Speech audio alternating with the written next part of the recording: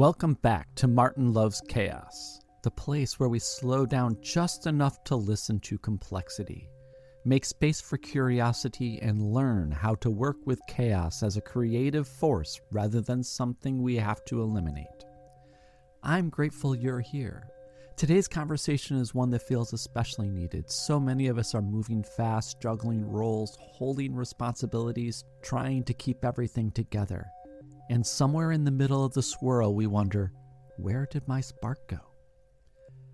I'm joined by Melissa Smith of Balance and Bloom for a thoughtful, grounded conversation about everyday sparks, the small, often overlooked moments that sustain us, give us purpose, and help us rediscover joy in the middle of full calendars and full lives. We talk about presence, energy audits, microsparks, service as legacy, and what it means to loosen our grip when life feels overscheduled and tight. If you've been craving a reminder that joy doesn't require a life overhaul, that sometimes it's found in a bowl of popcorn shared on a couch, this conversation is for you. Take a breath, settle in. Let's step into the complexity together. Melissa, welcome to Martin Loves Chaos. Thank you, Martin. Thank you for having me on your podcast. Yes, I am the founder of a health and wellness coaching practice called Balance and Bloom.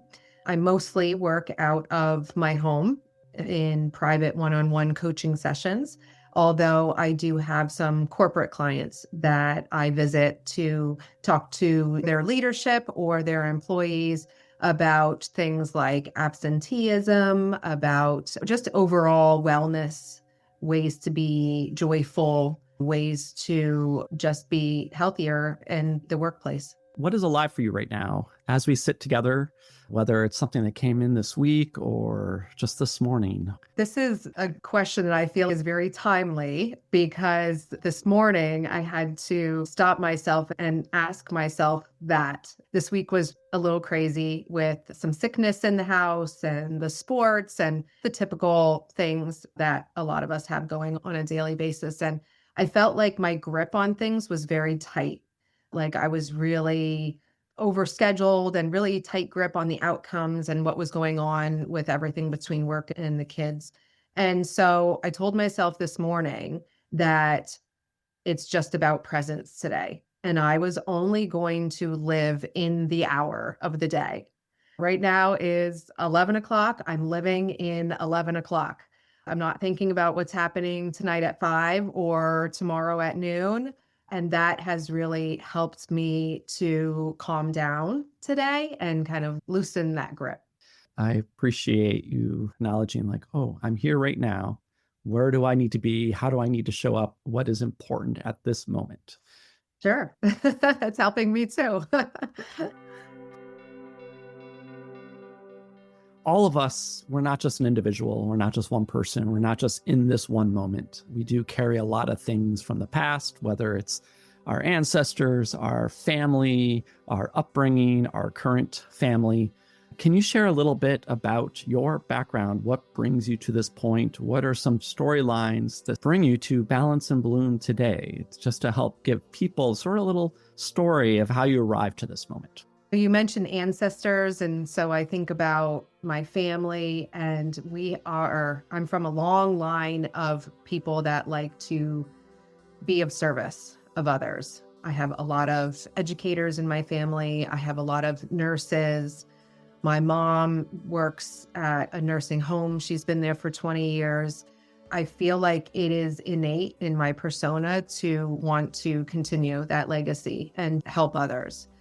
I do this through coaching at Balance and Bloom because people don't get to open up to others like they may want to. They're not heard like they should be, and without judgment, with eye contact, without being interrupted. That is being of service. And that is what they teach you in health and wellness coaching so people can feel better. That is how I feel I'm giving back of service.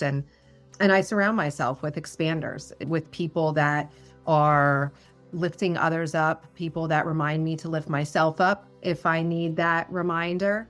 It's in my blood to want to be of service. It's part of my heritage. Do you have any stories from your childhood or family that really bring out that concept of service? Whenever I think about service, I always think about my mom because she has been in the service industry since I can remember. When I grew up, she was a stay-at-home mom, but she always watched other people's children. Our house was always filled with babies.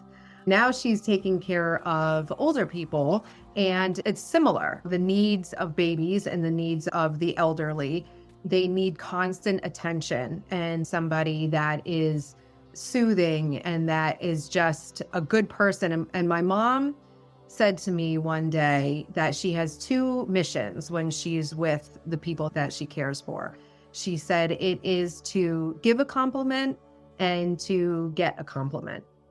And giving a compliment, she said, always perks somebody up, but the getting the compliment, it's not like for reasons of being vain, but it's just to feel good. It gives her that little spark. And I think that those two things working in tandem is a really sweet concept. So I try to think about that because if you get a compliment throughout the day, it's like something that sticks with you.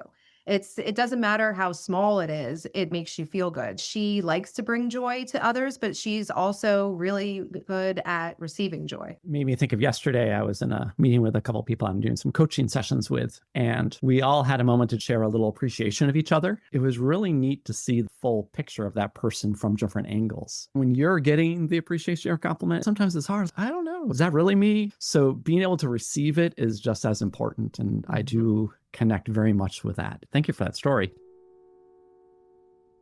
Nature of this podcast is about chaos and working with chaos. And I have a seed that I'm working with these days, which is this idea that we all have a chaos that is our comfort level, our wheelhouse, the place that we function really well. Other people look at you and go, wow, Martin, I could never deal with that amount of chaos or that type of chaos.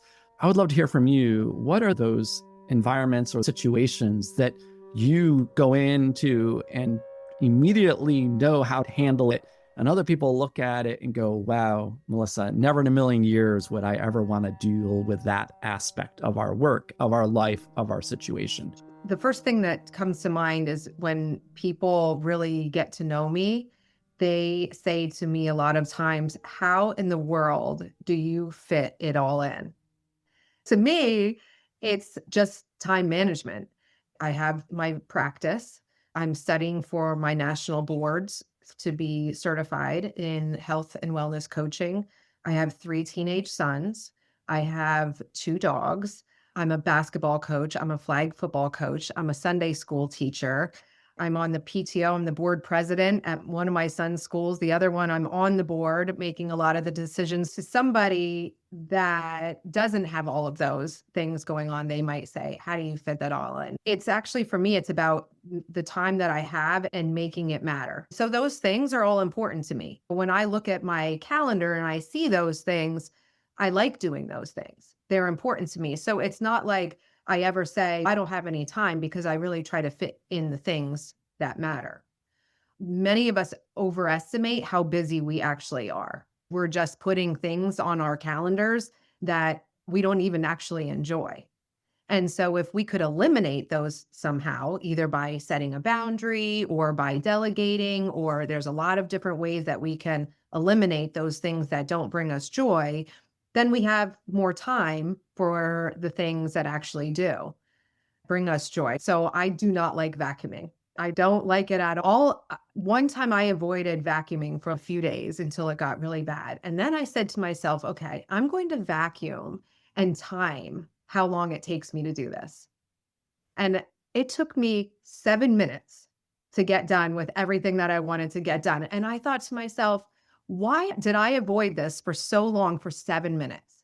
So I would recommend doing that for the different chores or things in your life that you don't like doing. Time it and see how long it really takes, because I think a lot of times we overestimate the time that something's going to take because we are just trying to avoid it. Families, they create a lot of chaos, a lot of structures, and sometimes having to do things that we don't always want to do. One of my children, we have them taking care of just emptying out the dishwasher. They have one little chore and we want them to do it right away when they get home from school, take care of it, get it out of the way. And they always wait to the last minute to do it. And even then it's like they wait past the last minute. But when they actually sit down and do it, it takes them 10 minutes at most to do it. Right. If you just did this earlier, you'd be all done, out of the way, and it would have created a lot less hassle for the rest of the family because all the dishes are piling up. If you just took care of it right away, and it's only 10 minutes, it'd be done and out of the way. You mentioned that we fill our time with things that may not bring us as much joy, may just make drudgery, which makes us put things off. And going back to your story of having to vacuum, and then ultimately time and go, oh, it only takes 10 minutes. But that's still something we need to do. And there's many things in our family lives and our work lives that are sometimes don't bring us joy, but you still need to get them done. How do you balance that with the things that bring you joy? How do you go back and forth between those aspects? So I have done an energy audit on myself, and it's something that I have in my practice as well, especially when I go into corporate situations where you try to realize your energy and where it's at throughout the day. I am a morning person. This morning I was up at 3:30 and I'm just going, I will have a lot of energy until about maybe 2 or 3 o'clock this afternoon. So if there's anything that has to get done that I'm not looking forward to, now is the time to do it, because now is the time that I have the energy and the brain capacity to say, okay, just get it done. Just do it, Melissa. Whereas after 3 o'clock today, I will not be so kind to myself because I'll be more tired and I'll have been up for 12 hours already. I take the things that I look forward to less and do those when I have more energy. So I just heard a great little tool there, an energy audit. Can you expand on that a little bit? Everybody has certain times of the day when you feel more energized, more clear-headed. You don't have that brain fog. If you're a morning person, maybe 6 o'clock when you get up. I've found from doing this energy audit over and over that people crash and have a drop between 2 and 3 o'clock in the afternoon. It's after lunch.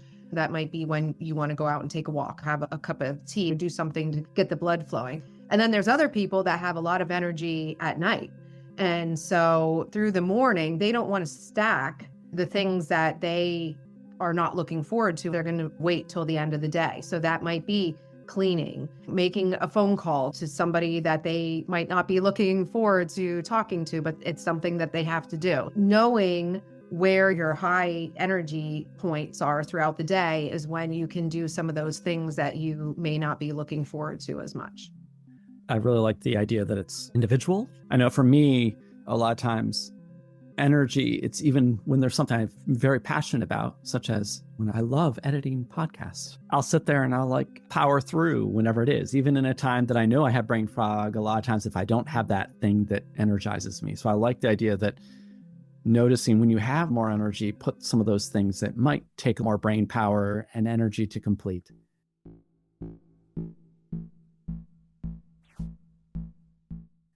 Getting to the work world now in Balance and Bloom, I noticed on your website you have these things that you do with people called Spark sessions. So I call myself the Spark Coach. Everything revolves around sparks.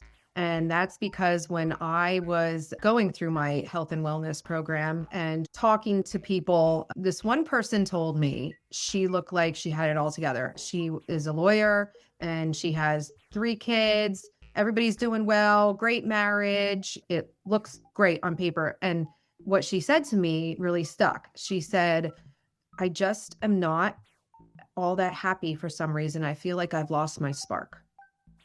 It just clicked. And since then, many people have said the same thing to me, but in a different way without using the word spark. So spark can mean anything. Spark can mean I no longer enjoy my career. I am not happy with the way that I've been feeling. I don't like the way that I look. A spark can mean so many different things to so many different people. And so my spark sessions are ways to reignite that spark. But it's not something that I'm trying to fix on my clients. It's something that I'm getting them to notice how to fix themselves. Because I don't know what's going to bring your spark back. You do. But a lot of times my clients don't know that they have it in them because they've only been told by others, you should do this, you should do that. Or they are learning from someone else that they see on TikTok or Instagram that they've done this or they've done that. But really, we all have it in ourselves to bring back our own sparks. And so my job as the spark coach is to ask you the questions and to get you to that place where you have the confidence so that when you're done with the spark sessions, you're able to do it on your own the next time you feel like you've lost your spark. What are some things that you do to help stay in that coaching mindset? I use a lot of reflection. It's a lot of open-ended questions. Most of coaching is curiosity. It's just being curious and digging a little bit deeper each time, because my job is to get my client to say the things that they either have been ignoring or only say in their own head, but saying it out loud. And it's not for my benefit, it's for theirs. Because there have been so many times that my clients have said, "Oh, that's a really good idea," but it wasn't my idea. It was something they came up with on their own. I just repeated it back to them. The coaching relationship is different from a therapist, and both of them are needed in some situations. People want coaching because they're tired of being told what to do. In fact, some people will turn around and say, "I don't want to be told what to do anymore." Where do you turn when that happens? You turn internally, and that's what a coach's job is. So this makes me remind me of Otto Scharmer, who's a systems thinking person out of MIT. Through a lot of his research, he had someone came up with this concept of everyone knows what changes they need to make or how to fix the system or do something better, but we keep repeating the same errors. A lot of his practices in systems thinking is to really pause and listen. In a coaching session, what you're actually doing is giving them the space to just listen to themselves, which is very precious. And like you said, if you get them to have that idea on their own, even if they think it's coming from you, it's ultimately coming from them. They're probably more likely to act on it or go, a spark has just happened, as you mentioned. Yes, I love that. We've been talking about chaos, and you shared a little bit of your structure, your methods, and thinking of time and connecting with passion. How do you feel your engagement with chaos or your version of chaos has changed over time? I used to move through it very blindly, where I would say, "Why is this happening to me right now?" when things feel like they're out of your control. And now I trust that it's there for a purpose, to teach me something. It's there for a reason. Something that I visualize is cleaning out a closet. When I look in my closet, I see chaos sometimes, right? I see purses and shoes and tons of clothes and maybe some things that don't even belong in there. And in order to make that, you actually have to make it worse, because you have to pull all of that stuff out of your closet and make an even bigger mess. Then slowly you put the things back in that belong in there, and you put it on the right shelves and on the right hangers and in the right spaces. And then you're, okay, now I'm good. But you can't get to the good until you get to the worse, until it's completely chaotic and messy. And so I think about that, especially when I'm at that point when it seems like I have no control over anything. I know that any second change is going to happen and things will start to get less messy and a little cleaner. That's my cleaning method as well.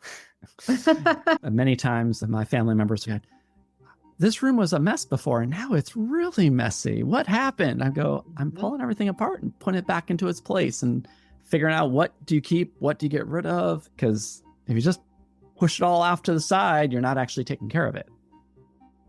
You did post in our little workbook a question you wish I would ask. If someone feels stuck in chaos, what's the first realistic step towards flow without overhauling your entire life?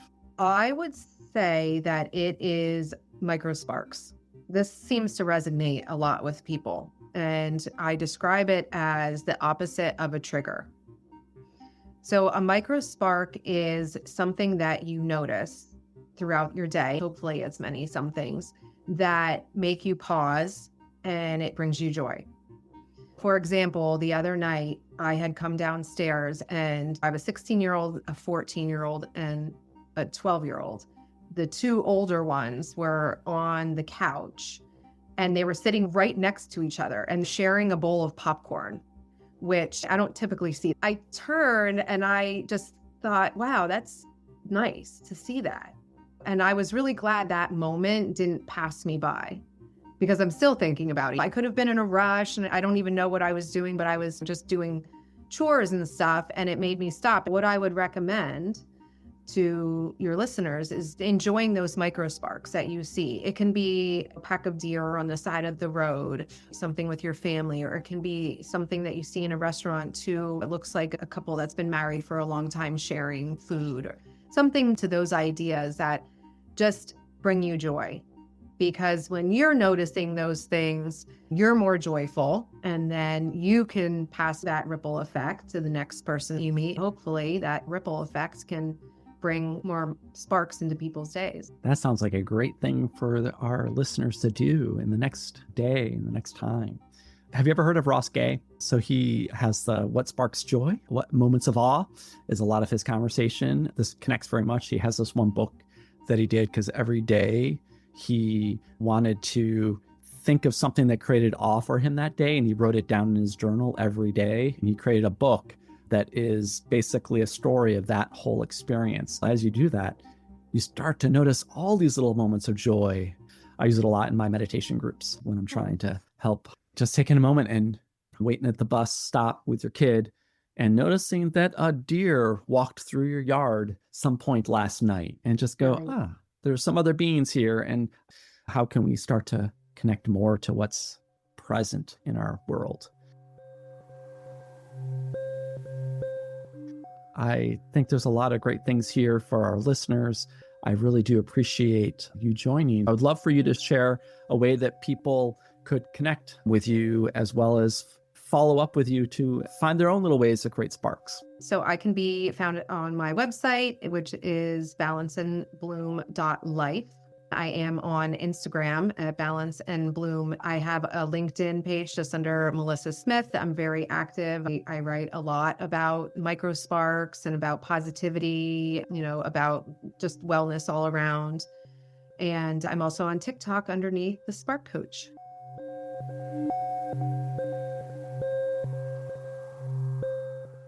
As we come to a close, I just want to say thank you, Melissa, for bringing your presence, your steadiness, and your spark into this conversation. Thanks, Martin. Appreciate it. So I want to close out by encouraging my audience to sort of listen to what Melissa was saying. Identify those sparks, notice them, name it, see where it lands, either in your own self, in the environment around you. Just take a moment to pause and notice the sparks in our everyday life. And with that, one last thank you to Melissa from Balance and Bloom for helping people with this. And thank you for joining Martin Loves Chaos. I'm Martin. Keep listening, keep noticing, keep working with beautiful complexity of your life. And as always, welcome to the swirl.